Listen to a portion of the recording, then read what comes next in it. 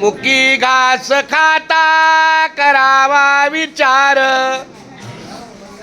कशासाठी मी हे अन्न सेवनार.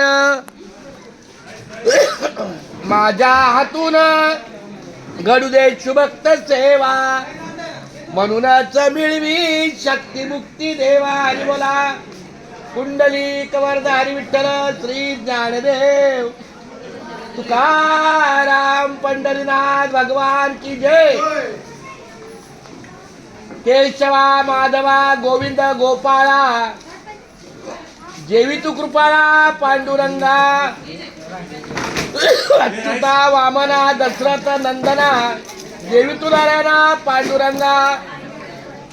कृष्ण हरी मुरली मनोहरी, जेवी तो नरहरी पांडुरंगा.